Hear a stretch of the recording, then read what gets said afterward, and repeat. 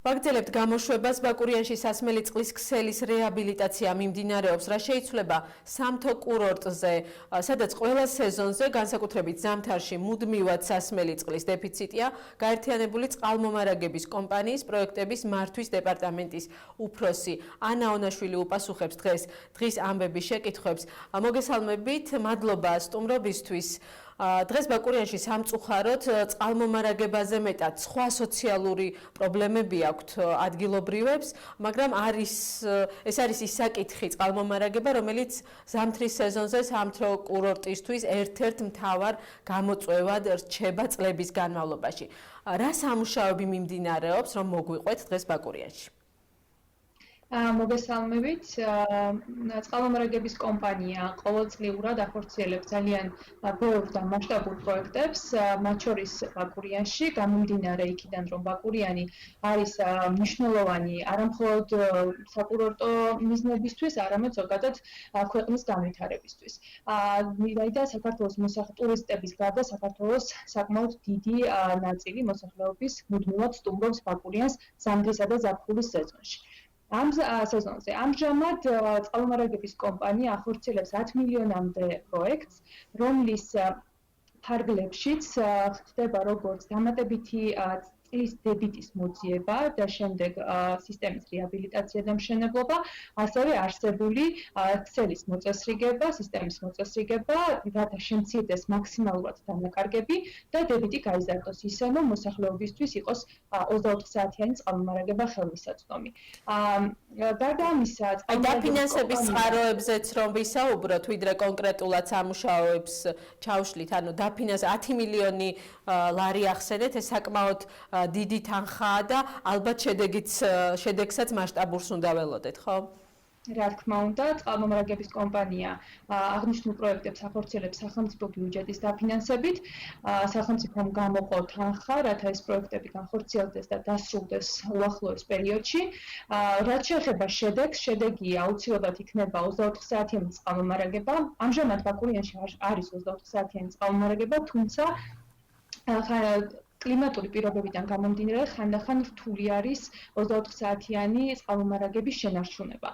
სწორედ ამიტომ, რათა თავიდან იქნეს აცილებული ყოველი კლიმატური პირობის ცვლილებიდან გამომდინარე შესაბამისი პრობლემები და წყლის დებიტის ვარდნა, ამისთვის წყალმომარაგების კომპანიამ დაიწყო ეს პროექტები და უახლოეს პერიოდში დასრულდება. რაც შეეხება სამუშაოებს, სამუშაოები გულისხმობს როგორც აღნიშნე, როგორც დამატებითი წყაროების მოძიებას, მაგალითად, ჭაბურღილების, ავთავენაგებობის მოწესრიგება და ასე შემდეგ, ასევე თვითონ შიდა ქსელისა და მაგისტრალური მილსადენის რეაბილიტაცია მშენებლობა. დიახ, თქვენ თქვით, რომ ძველი ქსელის რეაბილიტაციაც მოხდება, ხო? ანუ სრულად მთელი ქსელი, რაც დღეს არსებობს ბაკურიანში, პრობლემული ქსელი, მთლიანად რეაბილიტირდება და პლუს ამას დაემატება ახალი სისტემა?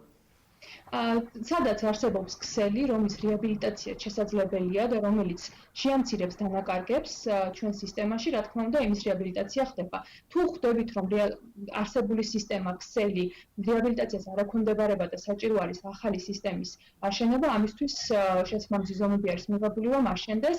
გარდა ამისა, იქ არის სისტემური ნაწილები, რომლის შეცვლაც ხდება, შეიძლება ეს იყოს ძალიან ტექნიკური ნაწილები, თუმცა რეალურად ხდება მუდმივი განახლება. კი ბატონო და რაც შეეხება თვითონ დაფარვას. დღეს ვხედავთ და ყოველწლიურად ფაქტობრივად ბაკურიანი იზრდება ძალიან სწრაფად, მოსახლეობის რაოდენობა, ჩამოსული სტუმრების რაოდენობა, მუდმივი მაცხოვრებლების რაოდენობაც მათ შორის. ანუ დაფარვას რაც შეეხება, რამდენად დაფარავს სრულად იმ რაოდენობას, რომელიც დღეს გვაქვს ბაკურიანში ადამიანების და მაცხოვრებლების. არსებული სისტემა სრულად არის საკმარისი და არსებული დებიტი სრულად არის საკმარისი მოსახლეობისთვის და ტურისტებისთვის. თუმცა, გამომდინარე იქიდან, რომ იგეგმება ბაკურიანის უფრო მეტად განაშენიანება და ტურისტულად უფრო მიმზიდველი ხდება ყოველწლიურად, სწორედ ამიტომ ხდება დამატებით გარკვეული პროექტების განხორციელება კომპანიის და სახელმწიფოს მხრიდან, რათა მომავალშიც არ გქონდეს ჩვენ პრობლემა წყლის წყალმომარაგებასთან დაკავშირებით. ამ პროექტების განხორციელების შედეგად მნიშვნელოვნად იზრდება დებიტი და შესაბამისად წყლის რესურსები ბაკურიანში, თუმცა პერიოდულად კომპანია წლიდან წლამდე აფასებს განაშენიანების გეგმას, განვითარების დონეს და თუ ხდება მაგალითად რომ უფრო მეტი რესურსი არის საჭირო, ამისთვის ხდება დამატებითი დაგეგმა პროექტების ტენდერების გამოცხადება და პროექტების განხორციელება.